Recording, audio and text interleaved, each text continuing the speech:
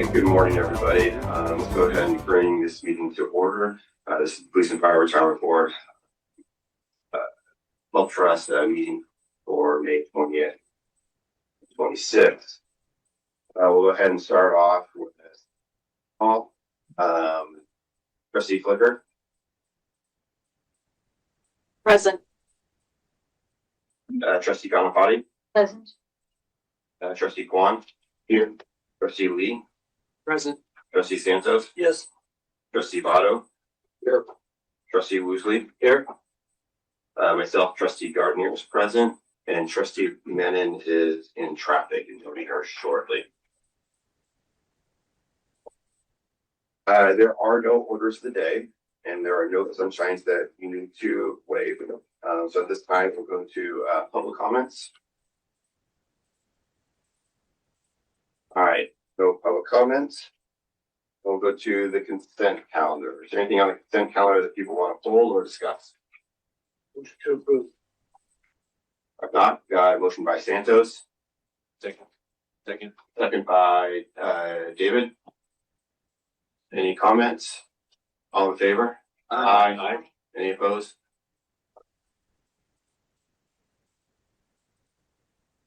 That is going to bring us to investments, to a oral update. CIO Jake One. So we've got two pre-written items on the investment agenda today. That's the private market spacing plan and the updated risk and return expectations for our strategic asset allocation. So in a sense, they're both forward-looking presentations. The pacing plan is intended to give you a sense of the upcoming private fund commitments for the next fiscal year. And the strategic asset allocation update should give you a sense of how the market expectations have changed for strategic asset allocation. Both presentations were presented at the IC back in April. So I'm looking forward to how the full board takes both of those items. And first, as is customary, we have performance estimates provided by the KEDA. So fiscal year to date through May 18th, that's Monday, the pension was estimated at 11.16%. 11.16. And the healthcare trust was estimated to have returned 16.61%. So again, quote, just estimates. I'm not sure why I keep repeating the decimal point, but just estimates. I would say both are clearly a healthy margin above the discount rate for either plan, which is very nice to see. So that's the extent of my comments. Unless there are any questions, I'll go on to the first presentation. Question: what was the benchmark performance return? I don't have that, but we can look that up.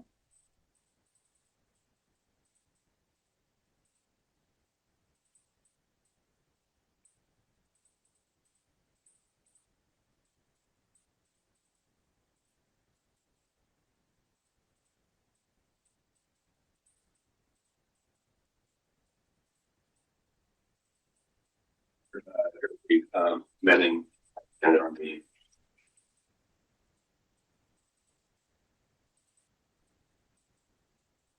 So we're going to go ahead and move on to 2B, discussing action on fiscal year 2026, 2027 private market pacing plan.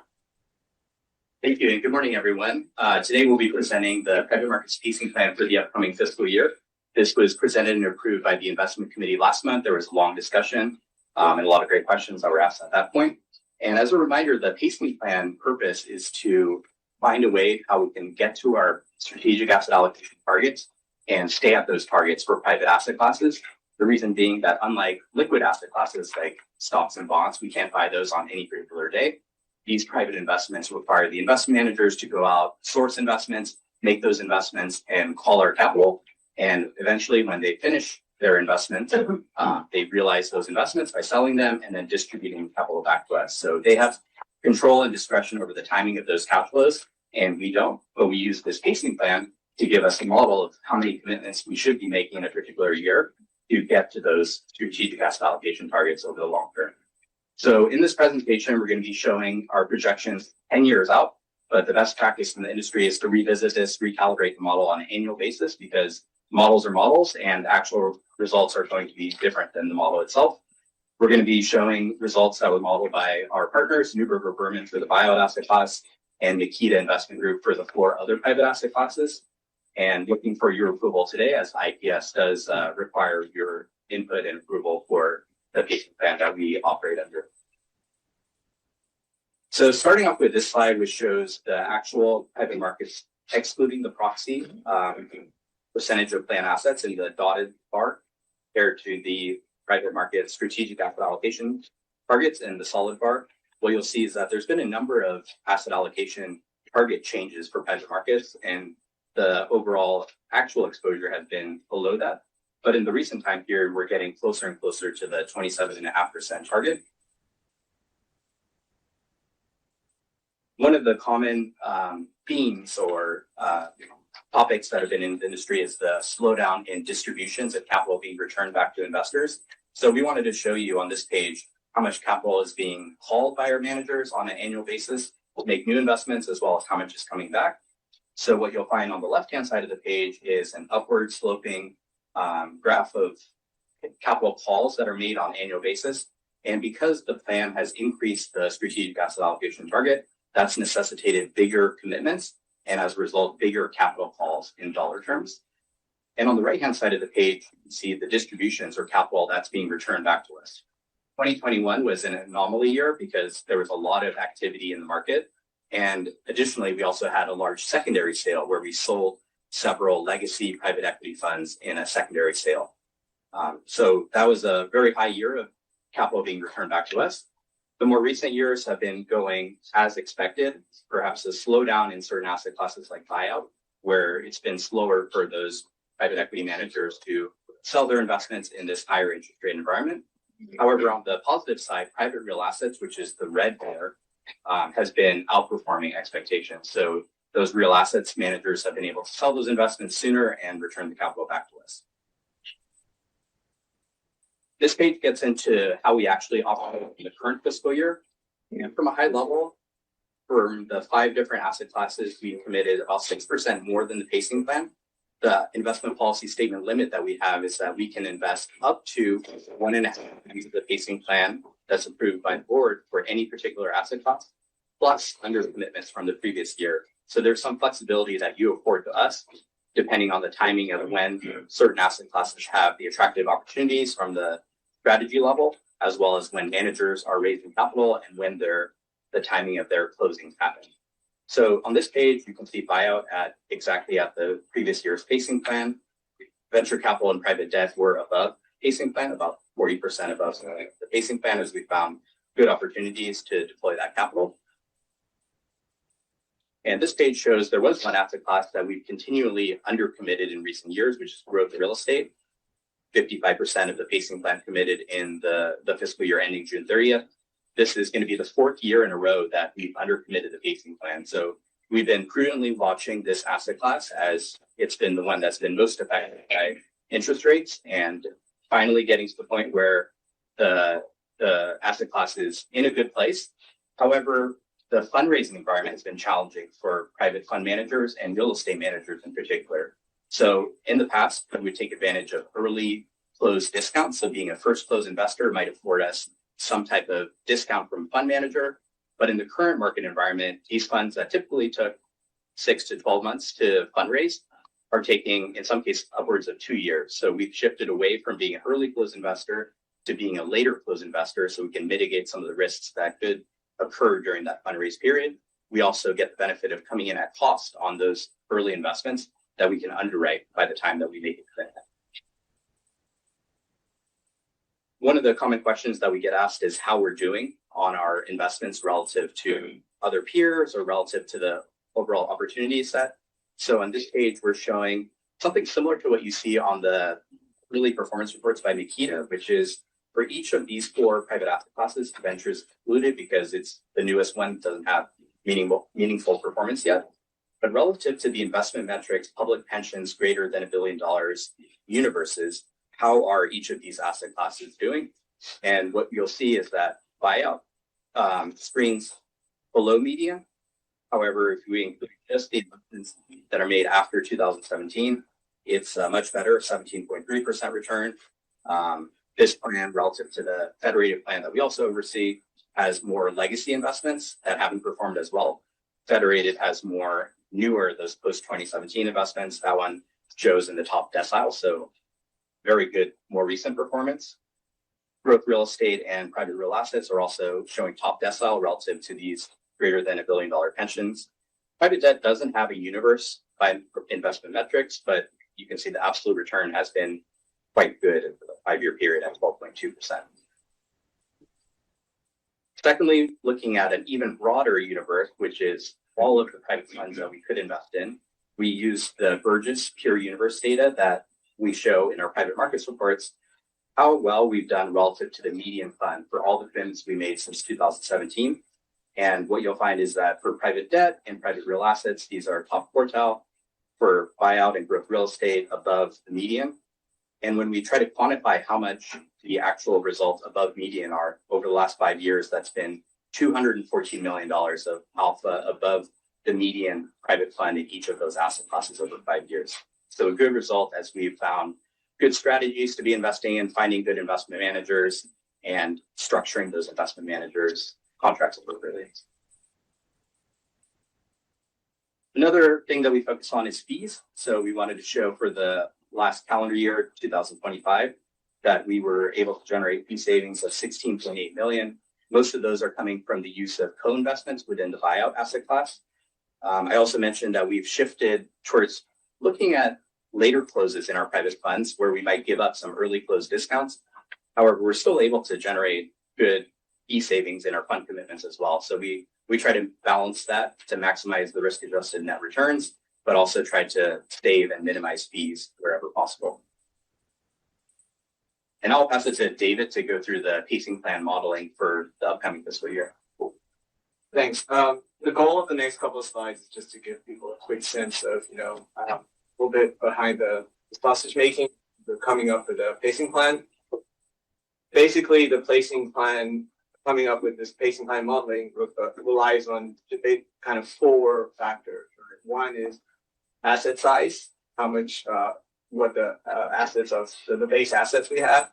2 is kind of the return forecast. 3 is rate of contributions, and also unfunded commitment. And 4 is rate of distribution. On page 11, goes through the first kind of factor in terms of the forecast for our asset base. Starts off with the level set of what we have and incorporates Makita's long-term return forecast to kind of generate that forecast for the next 10 years. You can see it's slightly higher than last year given the performance in markets over the last year. The next page is I could ask. So this forecast is Your mic's not on. So.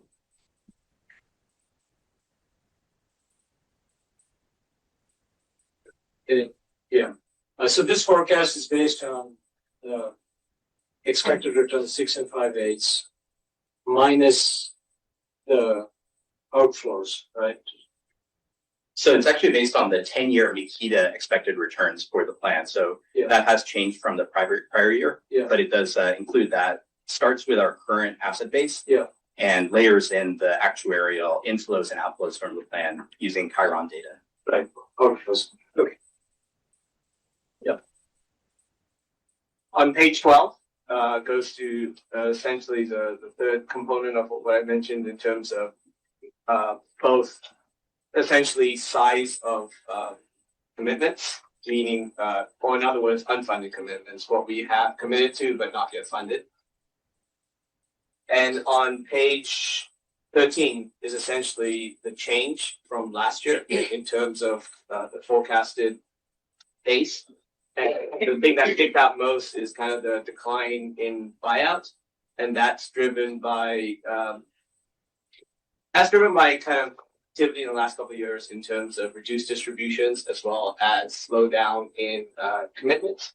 And so as a result, this year's pacing plan calls for less capital being allocated to buyout in out years. And on page 14 is just a visual representation of what the pacing plan is trying to achieve. The colored bars represent the different asset classes, and you can kind of see that over the long term, the pacing plan aims to maintain the respective asset class at their targets. And lastly, on page 15 is our ask today. For this fiscal year, you can see highlighted in the red box what the ask pacing plan is for this year. And just a reminder, as Dinesh stated before, you have afforded us the flexibility of going 150% over the pacing plan, plus cumulative catch up from prior years. And in the presentation. Thank you. Is there any questions? There are no questions. This is an action item, so I do need to have a motion.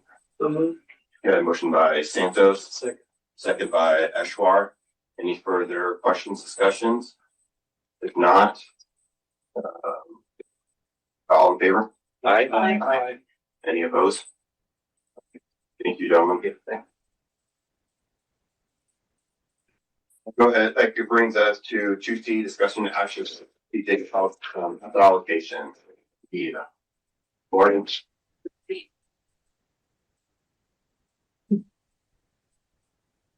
Presentation.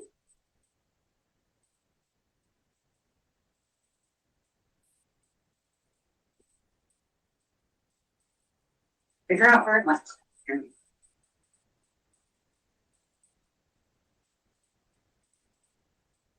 Good morning, everyone. As your CIO mentioned, this is an important topic, the updated capital markets expectations.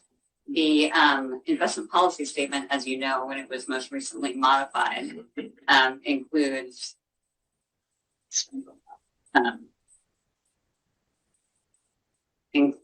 some language that talks about how asset allocation will be reviewed each year rather than changed necessarily. Got so many asset allocation documents open here. I have our full 153-page presentation that goes into every possible asset class. And I need to make sure I have it in front of me, and it's not allowing me to share.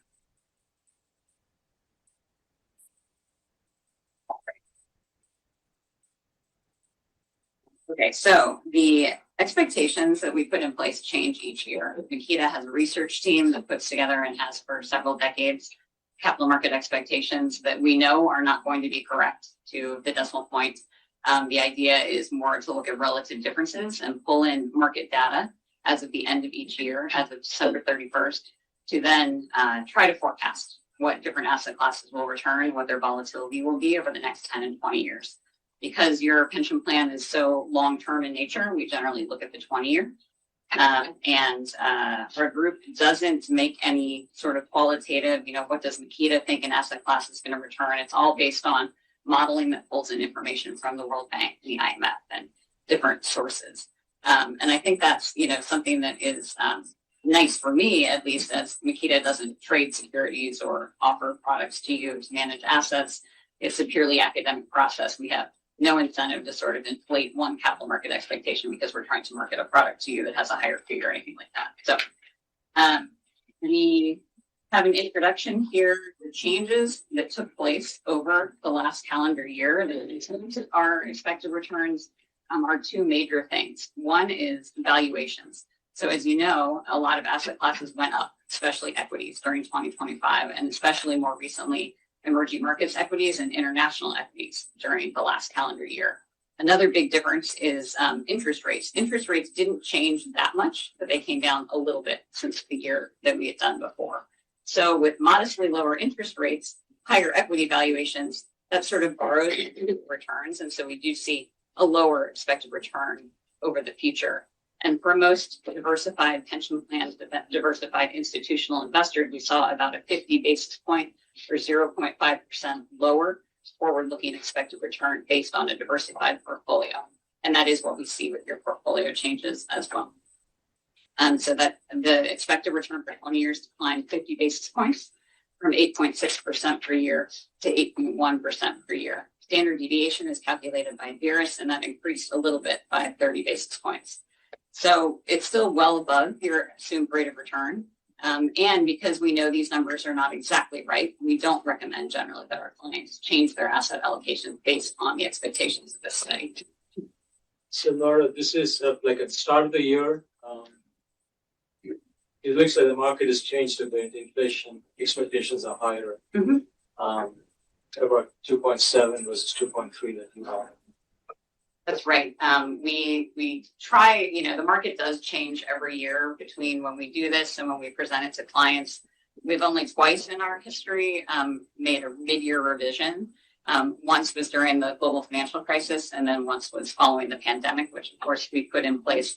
We used 12/31 data. The pandemic changed the markets quite a bit in March, and then we saw huge changes in interest rates soon after. So there have been two sort of mid-year changes when a lot of our expectations changed quite a bit. But that said, because we're looking at 20-year expectations, inflation being higher in terms of expectations doesn't significantly change the outcome. So we don't plan to do a revision this year. Anything could happen, but we will keep you posted. Expected return and changes for major asset classes. On this slide, you can see the 2026 10-year expected return and how that changed from last year, and the 2026 20-year expected return and how that changed from last year. So as I talked about valuation interest rates, you can see declining return expectations across the board.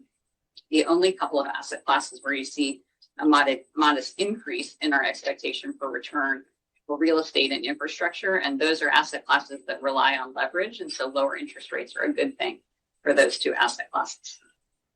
I'd also point out on the slide, some things that I look for when I'm looking at expectations are, what's the difference between the equity return and the bond return? Investment grade bonds, had a very low expected return for a very long time, but now the 20-year expected return is closer to 5% per year for investment grade. Equity at 8% still has a significantly higher expected return, and clearly we couldn't get to your assumed rate of return without investing in some equity or riskier assets. You also can take a look at the difference between private equity and, say, global equity. So private equity, we think, still has a liquidity premium based on the data and a long-term expected return of 10.2%. Every public markets asset class expectation is gross of fees, but also net of manager alpha. So if you look at U.S. equity, for example, this is sort of an indexed return. Before you pay fees, of course, you can get U.S. equity exposure, and you do at just a couple of basis points in index funds. But we also think that skilled active managers in some asset classes can add more above this sort of broad index-like median return. In private markets asset classes, where you have to pay a high fee to get that exposure, these return expectations are net of those fees. We have some information here. I think most of the board has seen these presentations in the past, but just as a review, we are not assuming any alpha, as I mentioned. We're using both quantitative and qualitative methodologies that we've developed over time, and we're trying to set not just returns, but also standard deviation or volatility expectations and correlations, because correlation between asset classes is important to get a diversification benefit when you're combining different asset classes. We build our 10-year forecast first, and you can see here that every asset class has different major factors and data that we pull in to develop those 10-year expectations. And bonds are generally much easier to predict a forward-looking return than equities because you have a yield on bonds, and the forward-looking return is often quite close to that yield. For equities, it's more complicated. You have a dividend yield, the expected earnings growth, any valuation effect, and then any non-U.S. assets also have a currency impact as well. Currency is the most difficult part of the equity model here. It's very hard to predict the direction of currency movements or their magnitude. And for that reason, we've actually de-emphasized some of the currency effect in our modeling, because for some number of years, it appeared that there'd be more of a high return in areas like emerging markets, in part due to a currency effect that the market was telling us. That hasn't happened, so that has been an improvement, we think, to our model.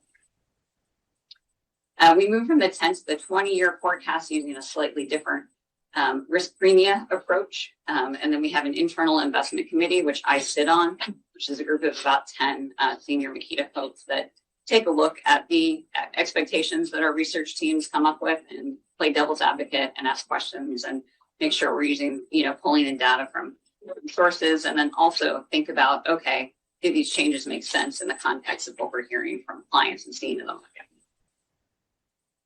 One thing that I'll mention is that for private markets asset classes, if you were to just put, say, private equity returns into a spreadsheet and use your standard deviation function, it's going to tell you that the standard deviation or volatility is very low.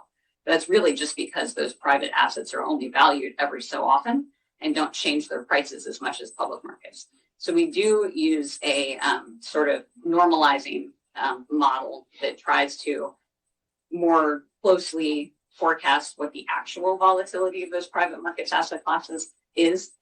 Because if you're using an optimizer approach and it appears that private markets assets have very high returns and very low volatility, it's just going to cause you to want to put all your assets into private markets when we know that in practice, those assets really are more volatile than they are on paper. I mentioned some of the changes from last year around interest rates and valuations. The market projection for the 10-year risk-free rate did decline from 5.42% to 5.3% during last year. And you can see some of the impact of the change in yields here on page 12. So not an enormous change in yields, but you do see them being lower across the board versus the prior year. We also have higher equity valuations, as I mentioned, especially the developed international on the lower left and the emerging markets on the lower right have now come back sort of above their historical averages in terms of valuation. You can see here some measures of private market valuation. EBITDA multiples on the left for private equity means that private equity also looks expensive to us, and cap rates for real estate on the right. I think I will skip ahead here to look at how these compare to prior year's assumptions. And as I mentioned, the diversified portfolio, which is sort of a straw man portfolio, you can see the actual formula for that in the footnote there, but it's a blend of a lot of different institutional asset classes. We think has come down in terms of forward expected return by about 50 basis points per year over the 20-year period. And you can see the changes from the prior years. There's generally less than 1% change per year based on the model changes. One year that was different was in 2023 when we saw very different interest rates. You can see how our expectations have come down over time. This is sort of in line with others in the market. And you can see that compared to 2016 expectations, so this is the risk on the lower axis and the return on the left, you can see that compared to 2016, we think you get a little bit more return per unit of risk across the board. As I mentioned, it's simpler to predict fixed income returns than it is to predict equity and private markets returns. You can see we now have, it's difficult to have enough data to look at how our expectations have shaken out in the past because they are 20-year expectations and we haven't been doing this for, many decades longer than 20 years. If you take a look here, you can see the blue dotted line is the actual 10-year return of each asset class. The orange is the actual 20-year return. And then the green is our forecast 20-year expected return. So I think these forecasts have been pretty close. I'm actually quite impressed by the high yield bond, how close the forecast is to the actual. Core real estate has been relatively close as well. But if we look on the next slide, we get some more deviations. If you look at US equity and private equity, the actual returns have been higher than we would have expected in our modeling. If we look at the non-US asset classes that take currency into account, those returns have been lower. In large part, that was due to a much stronger US dollar than I think the modeling predicted. How these compare to peers, there's a group called Verizon that collects a lot of different information from 41 respondents. Unfortunately, it takes them until July to collect all of it for each calendar year. And so this is last year's peer survey. I can get back to you when they put out this year's. But we do like to take a look at how Makita's expectations compares, not because we necessarily plan to change our expectations, but because we just want to make sure that we're sort of don't have any hidden biases across the board. And you can see that in some areas, our return expectation is lower than their peer average. In other areas, it's higher. And this is information that we look at each year. Most important slide here, I think, for your portfolio is taking a look at your policy here. And you've got the 2025 expectation at 8.6% return, and then 2026 at 8.1. We do have the Virus Cerity standard deviation pulled in as well. It was 11.2% in 2025 and slightly increased to 11.5 in 2026. The one change on this slide, this I think is why this is an action item and not just information, is that we proposed to the investment committee and discussed with them making a multi-sector bond allocation. So this doesn't change your asset allocation at all. It just combines 3 existing asset classes, which are high yield bonds, emerging markets bonds, and investment grade bonds, into one new broader category called multi-sector bonds. So that doesn't change any, I think, planned investment at this time, but we are seeing a shift in the market where more investment managers are putting together sort of opportunistic strategies, because we've sort of realized a lot of investors might say, I want this much in high yield bonds and I want this much in that's it, and I'll just change that mix if we change the interest rate environment. In practice, institutional funds don't necessarily, we're not all looking at the market every day and shifting asset classes. It's more like moving a battleship than, a speedboat to change institutional allocations. So it has made more sense, we think, recently. We're seeing more availability of products to be a little bit more opportunistic and have a manager maybe be able to toggle between, okay, GE is issuing debt. Do I want to be in the high yield bond, or do I not GE, a sub-investment grade company? But do I want to be in the high yield bond, or do I want to be in a floating rate note instead because of the changing interest rate environment? And so at this time, I don't believe the investment team has any plans to make any changes between these asset classes of high yield, emerging markets bonds, and investment grade bonds. But in the future, they might be able to be more opportunistic in working with their active managers in that space. Originally, when we came to the investment committee, we had the multi-sector bonds 8.5% under growth. Historically, investment grade bonds had not been in growth, but high yield and emerging markets bonds were in growth, since they're riskier bonds that do have more of a growth component. After discussion with the investment committee voted to move that multi-sector bond allocation down to other, since it does have those high quality, pretty steady investment grade bonds in there as well. So this is really a classification change more than it's an asset allocation change or an investment change. That is the recommendation of your staff that Makita thinks is a good idea at this point. Thank you, Laura. Maybe I could ask this question to Jay. Jay, could you, for the benefit of everybody on the board, explain, the change in the reclassification and the pluses and minuses of doing so, if there are any? Yeah, that's a great question. It's a great question. It's a great question. It's a great question.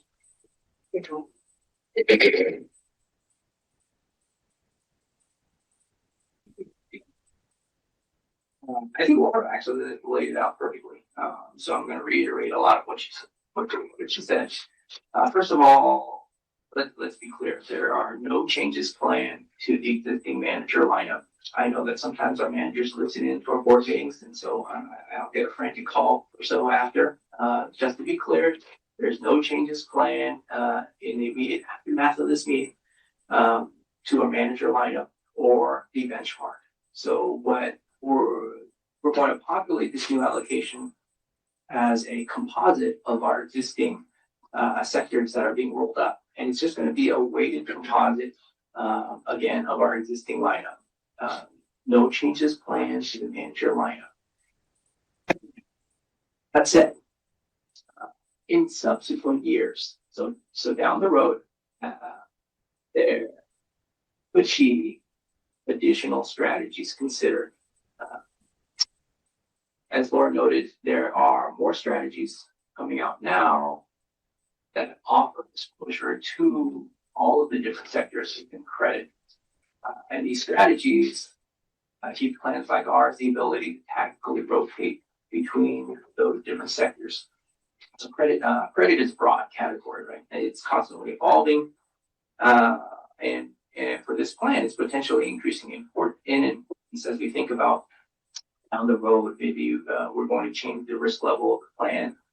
That could involve a move away from equities into diversifying asset classes, including fixed income. And so we want to think about how we're structured in fixed income to give the plan the most options when we get to that point. So if you think about the way market participants in Credit Act, they're choosing between the different types of funding that they have access to, and the avenues through which they get that funding are competing against each other, whether it's loans or it's the high yield bonds or it's private credit managers coming out. They compete by offering different types of covenants, different types of speed of execution, different types of access, right, to that capital. And so the underlying borrowing companies, they have the flexibility to choose.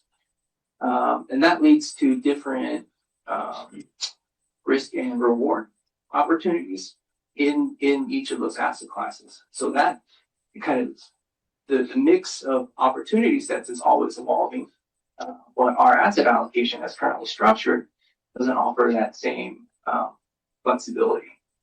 And so what we're looking to do with this aggregation here is give the plan the same ability to particularly rotate between sectors. Potentially nothing's changing in the immediate after this meeting. So, and we're not even really, I'm not saying that we're going to commit to using multi-sector bond strategies going forward. Just looking to give the plan the option to do so through the creation of this new multi-sector bond category. Hopefully that's. Are there any downsides? Are there any downsides to this new category, or is it gonna tie our hands up in the future in terms of doing strategic allocation or anything?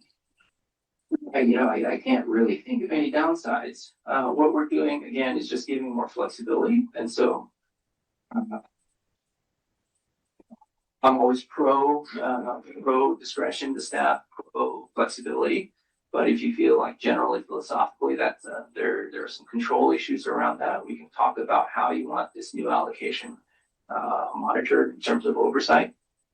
But again, we have those avenues in place already.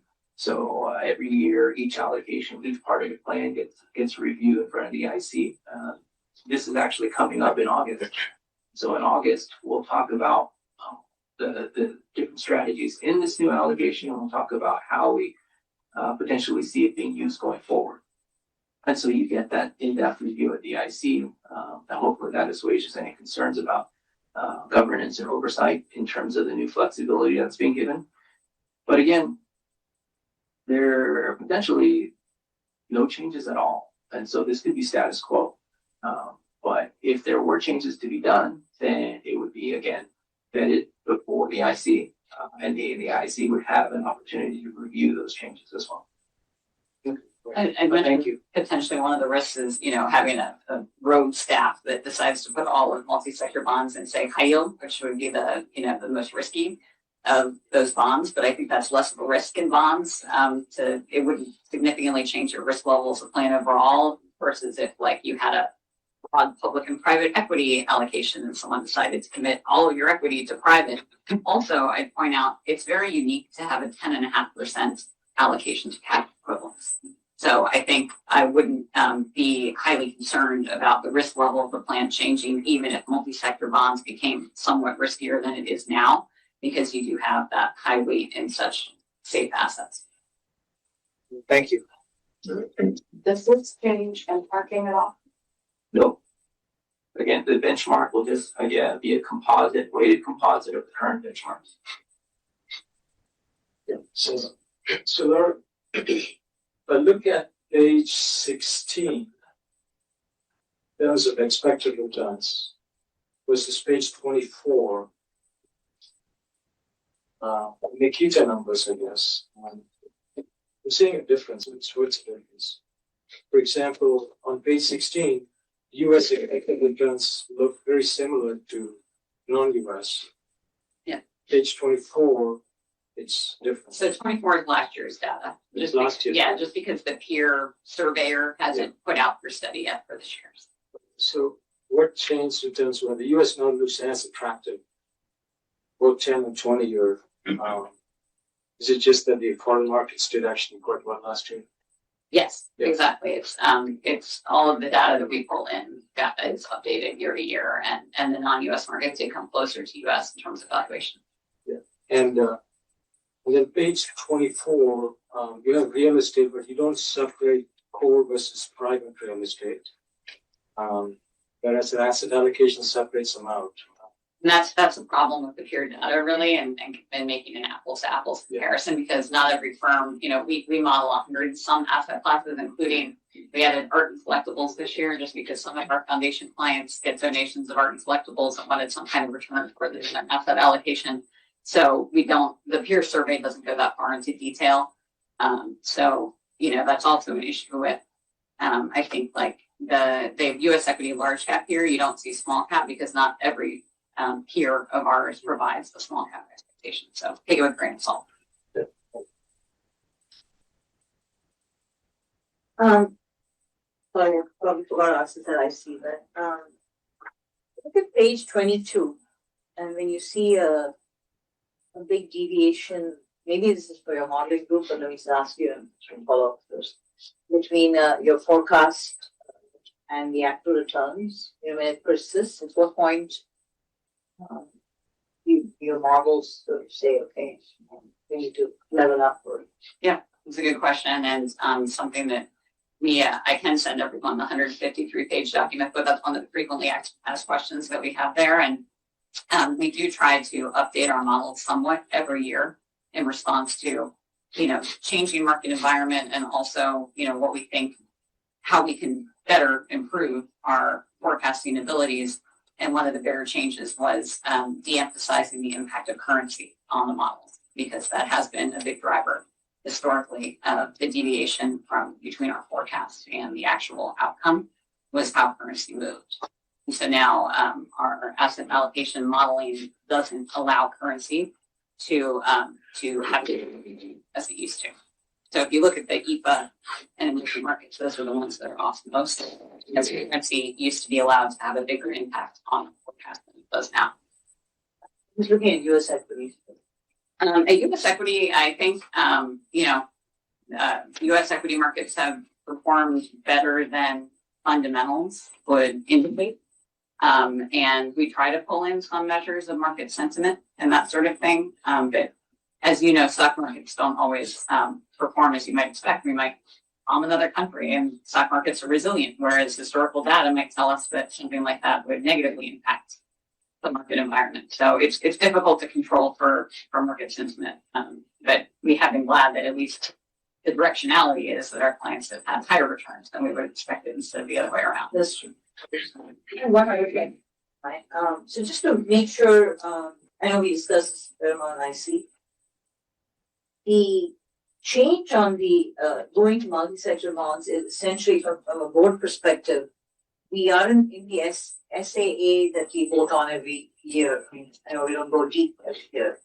We're not necessarily, the change is that we're not telling you how much to put in high yield versus investment grade. We're just giving you the authority, staff the authority to decide how to allocate it. Yes, Is that my understanding? that's how I would interpret it as well. And so you are also specifically you're determining the benchmarks for that allocation. Right, and that's how you direct the exposures. You're directing how they're benchmarked. Since we have manager discretion, there's always potential in any of these asset classes for manager benchmark misfit, right? But we also are bound by the IPS to deliver the exposures that you determined in the asset allocation. And so what you're doing here is essentially determining this new constitution of bond exposures.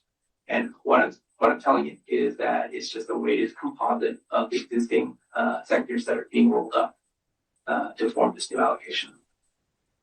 Got it. So the 8.5%, the benchmark is whatever we voted on in the past for the sub sectors, and therefore it's implied that we're guiding you in that direction. Or you can use alpha.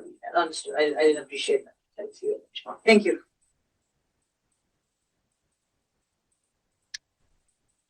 Are there any other questions? If not, we do need to take action. Entertained a motion. Motion by Santos. Second. That one? Yes. All right, second by Kwan. Any further questions or discussion? All in favor? Aye. Opposed? Thank you, Laura. Thank you, investment staff team. We're gonna go to, there is no old business. So we'll go to 4A new business oral update by CEO John Flynn. Morning, trustees. I'll make the board aware of an issue that we're working through with a mailing that we sent to retirees earlier this week. The goal was to encourage our membership to enroll in our member direct portal. Some letters went out with some font formatting issues that caused some text to appear odd. The spacing was a little, when the generation happened, the spacing was a little odd, is the best way I can explain it. And the good thing is that the members are in heightened alert after the city's data incident earlier this year. And so we received a number of calls just confirming its authenticity, and our great membership service staff walked them through that. Probably wouldn't have mentioned it if that was it. Last night we received a call from a member who had received 2 letters in one envelope, and so that's an evolving situation. I don't really have more information. We have received additional questions about that this morning. So we're working with the vendor to understand the issue. What I would say, if there are any members out there with questions or concerns, they should call on any number. We'll be happy to walk you through the concerns that you have. The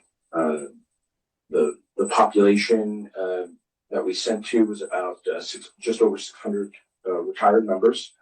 These are people who have not registered for our membership our member direct portal. The information contained in that letter is not enough to allow somebody to register on that information alone. But we're working through it, and like I said, it's an active situation. So I did feel like that's something I wanted to get out to you. More importantly, to the members, for those that are listening. Any questions before I continue through the rest of the update?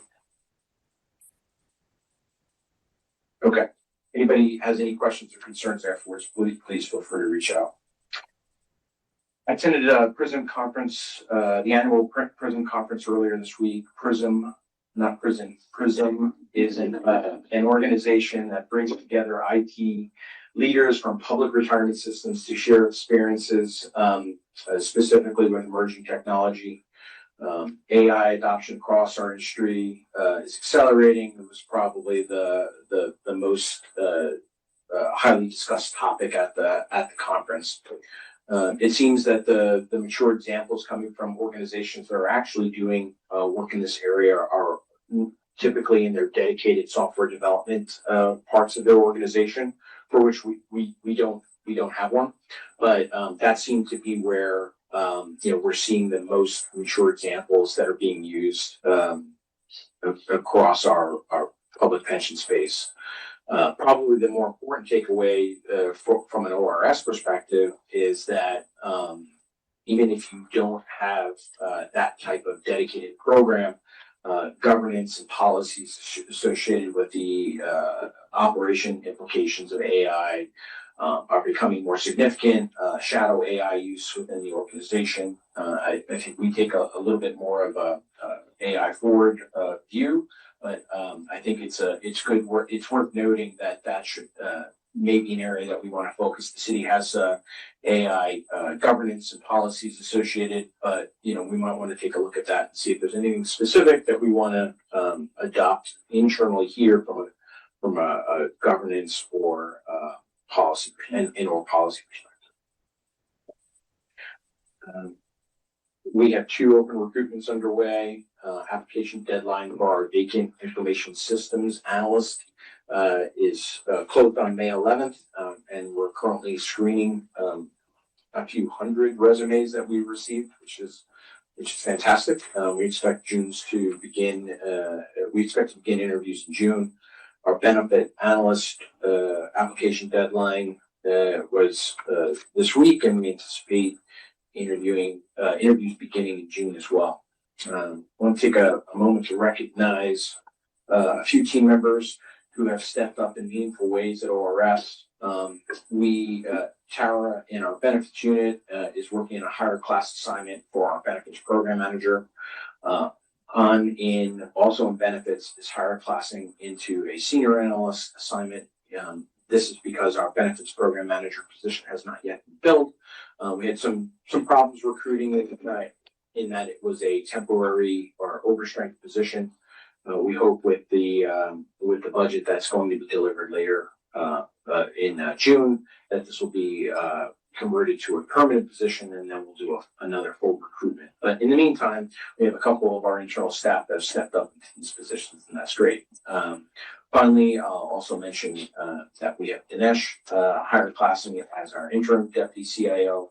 For similar reasons, we have when we recruit as a temporary position, the recruitment pool, we're concerned that we won't get the best candidates. So we want to wait until the city goes ahead and makes those positions permanent, and then we'll do a full competitive recruit. April has been a productive governance month. Our policy governance framework and work plan, policy on policies and public comments were all approved at our last meeting. Public comment policy as amended was on the consent calendar today, 1.6.f. We look forward to June meeting. Aon staff redlining Board of Administrator Charter, CEO, and CIO performance evaluation policies for the joint governance committee review next month. Staff has also delivered consolidated feedback to Aon for CEO charter, CIO charter, and board education policies that Aon will use as input for discussion also at next month's meeting. Lastly, we launched the updated website for the governance documents.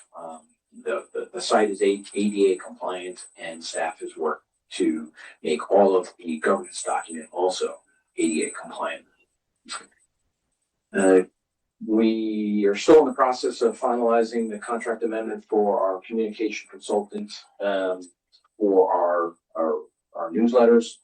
Our social selinator, social media amendment is currently in the APA 339 process, which requires us to give notice to the unions and gives them a period of time to respond.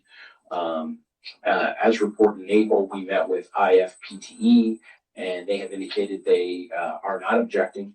We have also met with MEF on April 22nd, and they have indicated that they would like to continue our discussions on the topic. So we continue to work through that process with OER to meet our end of June deadline. Early planning workshop for Tier 1, Tier 2 members for police and fire is Thursday, May 28th. Encourage all people who are 1 to 2 years from retirement to sign up for those. Tomorrow, we've been working with Baker Tilly to complete the risk assessment and the 5-year internal audit plan that are planned to be presented at tomorrow's joint audit committee meeting.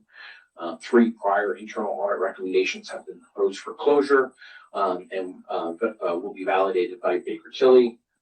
Those will also come to the joint audit committee meeting this month. 7 remaining open internal audit items. Also at tomorrow's committee meeting for NGO, putting together our annual audit plan. But I did want to take a special note to in the fiscal year 25 financial audit, NGO had a recommendation based on a finding regarding based on military leave and the lengthy process for reconciling their payroll accounts after they return, which delayed updates into our ORS system. ORS responded quickly to that identification and recommendation. ORS has updated its standard operating procedure regarding members on military leave, allowing staff to clear exceptions while the member is still on leave and before the city completes their reconciliation process. This allows our system to remain updated while we still require final adjustment after the reconciliation by the city is completed. ORS also meets monthly with city staff to monitor status of employees on military leave for better coordination.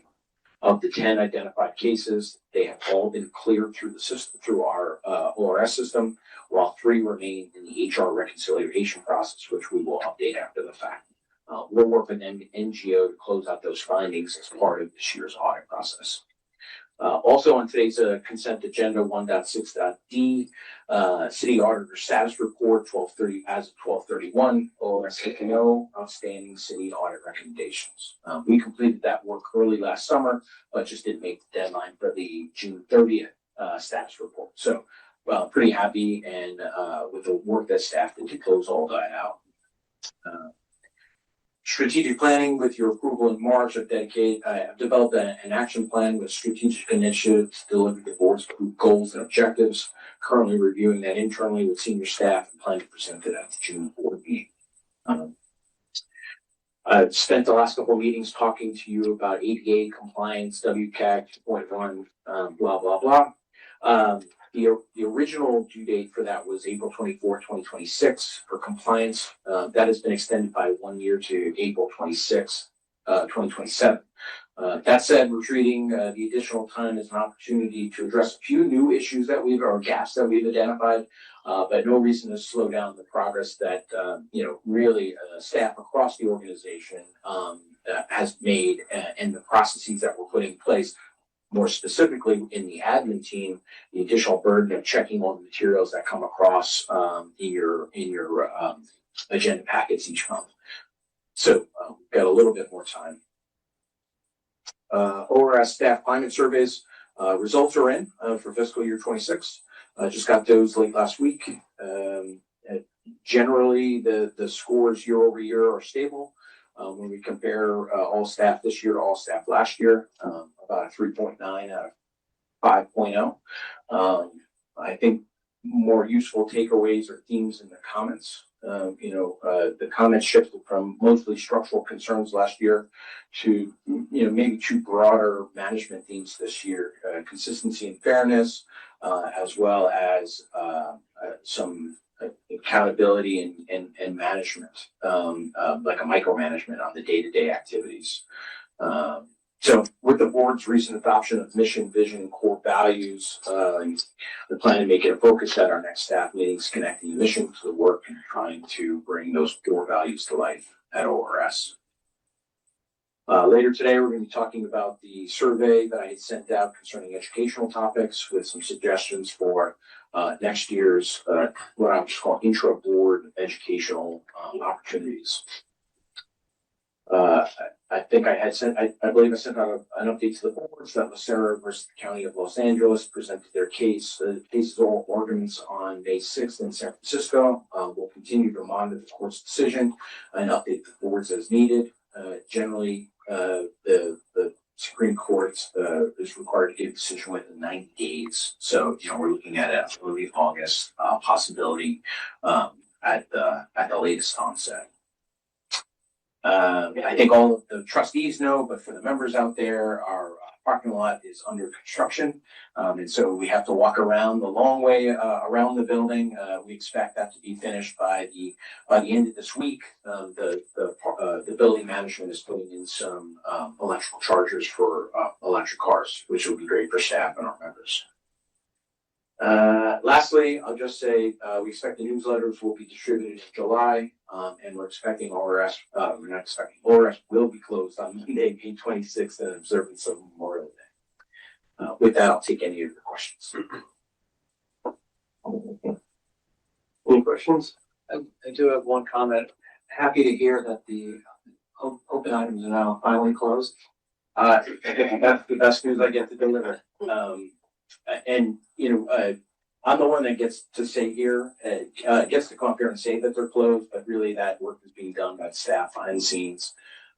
Whether it's Barbara, Benji, Shilpi, Sandra, Cynthia, they all deserve the credit. I'm just the one that gets to deliver the good news. That's well done. Well done for the staff. Yeah. Finally get that past them behind us. All right, thank you.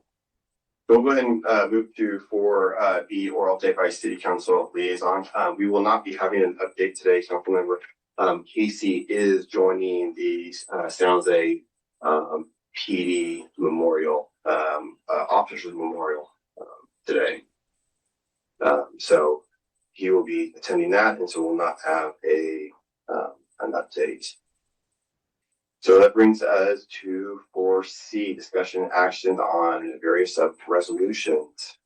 Benji, are you taking that one, or John? I'm going to introduce it. I think this is our standard annual kind of the culmination of all the actuarial work that gets done throughout the year. Ultimately results in the defining of contribution rates for the members and for the city. So the resolutions that you have before you are just the solidification of those rates for fiscal year 27. We're happy to take any detailed questions that you might have. I think the memo explains the details that you're seeing in the year-over-year increase or decrease, depending on the case as it might be. Motion to approve. Second. Okay, a motion by Votto, second by Santos. I do have one question. Normally we send out an email or a letter to our members. Do we have an idea of when our membership should anticipate something? We should be sending those at the beginning of June. Beginning of June? Yeah. Okay, thank you. Mhm. Any other questions? Not all in favor? Any opposed? I thank you. 4D, discussion action on trustee education survey results. Okay, so let me share my screen here.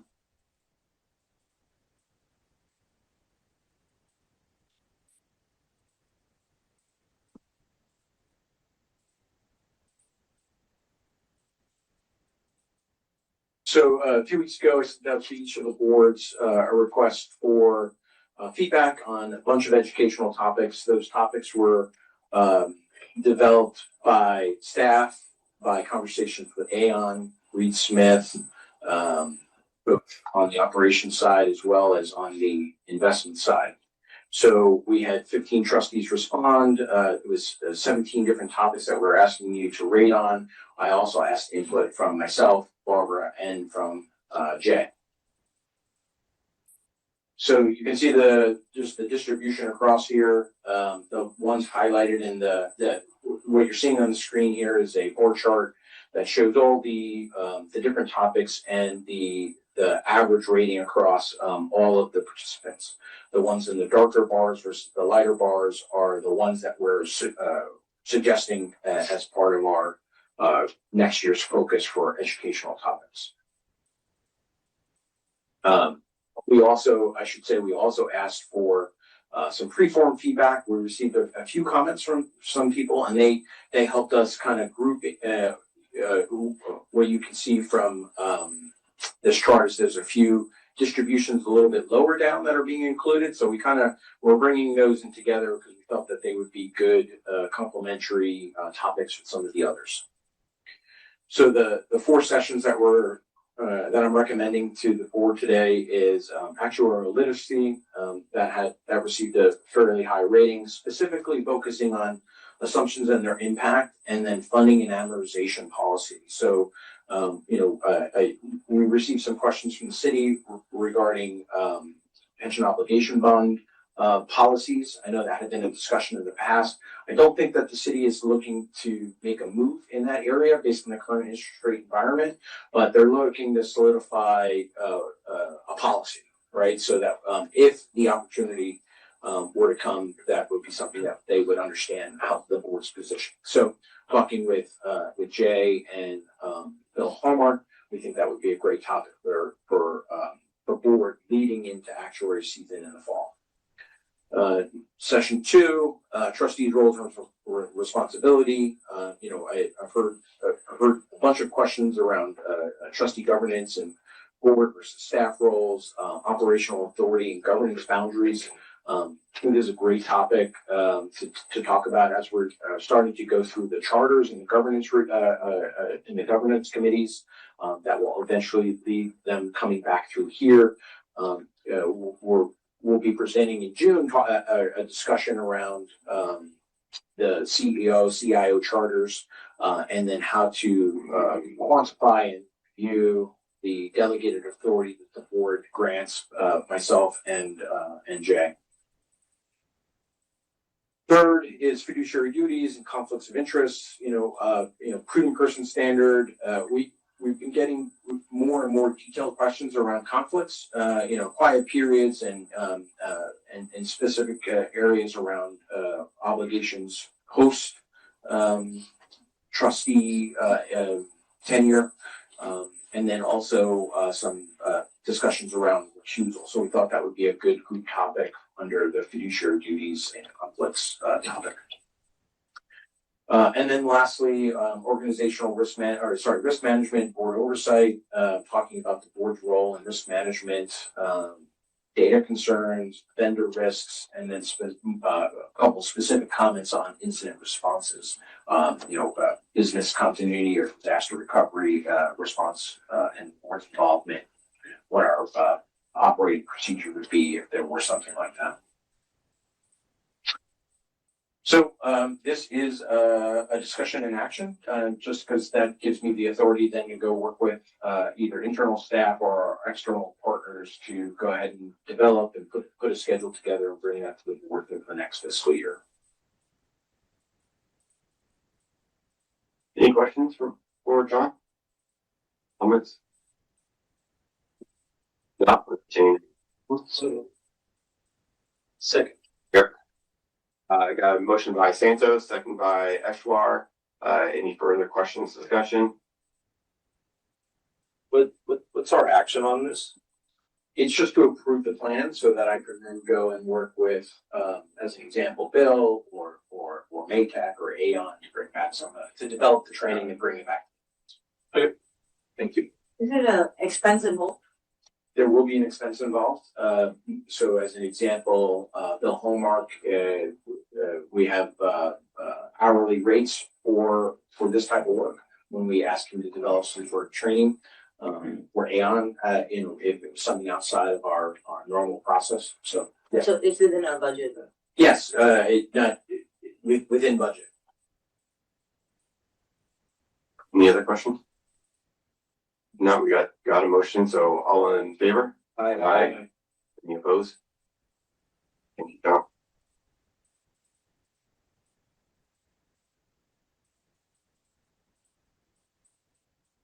That brings us to retirements.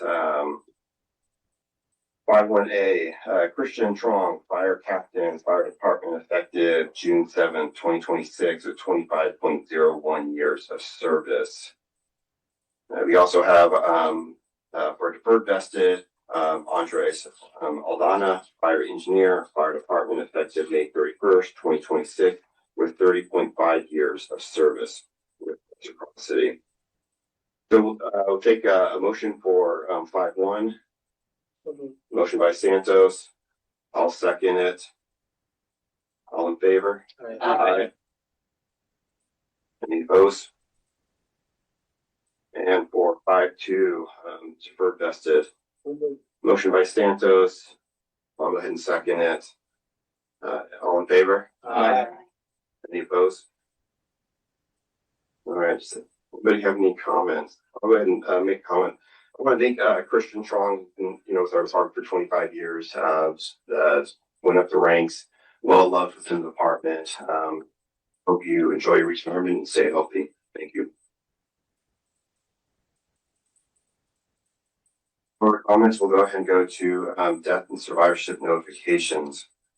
Notification of the death of Ronald Delgado, Deputy Fire Chief, retired January 9th, 1993, died January 30th, 2026. Survivorship benefits to Diane Delgado, spouse. Notification of the death of Arthur Hilborn, Police Sergeant, retired December 27th, 1997, died March 18th, 2026. Survivorship benefits to Esther Hilborn, spouse. Notification of the death of Arthur T. McDonald, fire engineer, retired April 4th, 1996, died March 20th, 2026. No survivorship benefits. Notification of death of Wesley Owen, fire engineer, retired February 1st, 1983, died February 15th, 2026. Survivorship benefits to Corinne Owen, spouse. Notification of death of John Wiedner, Police Sergeant, retired January 12th, 2008, died March 29th, 2026. No survivorship benefits. At this time, we'll take a moment of silence.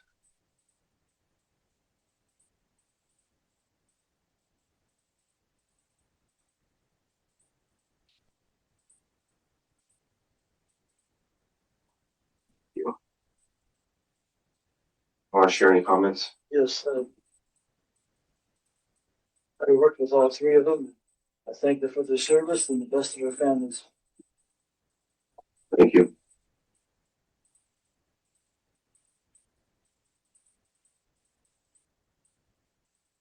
I'd like to go to committee. 7-1 Investment Committee. Trustee Reed. Thank you. We had our investment committee on April 28th. We had three elements to that. One was the overview of the public equities market by Christina and Harrison, discuss performance, the portfolio allocation, as well as a manager watch list. The second one was the private markets pacing plan, which we sent out today with Dinesh and David. And finally, the strategic allocations, strategic asset allocation of capital markets expectations by Nikita presented. That was also presented today. That's it. All right, we'll go ahead and receive and file the minutes for February 23rd, 2026. Thank you, Howard. Audit 7.2, audit risk. Trustee Woosley. We did not have a meeting since the last meeting, but our next meeting is tomorrow at noon at City Hall. Thank you. 7.3, governance. Trustee Flicker. We have not had a meeting since our last board meeting, and we'll be meeting again in June. Thank you. Disability Committee. Trustee Santos. Last meeting was May 11th. Of course, we have next one in June 8th. And we have a great staff and a great panel. And it's a great job. Thank you. Go ahead and receive and file the minutes for April 13th, 2026. 7.5, JPC. The young time meeting. Okay. Okay. So that brings us to the end. Is there any proposed agenda items for next month? If none, this meeting's adjourned. Thank you, everybody.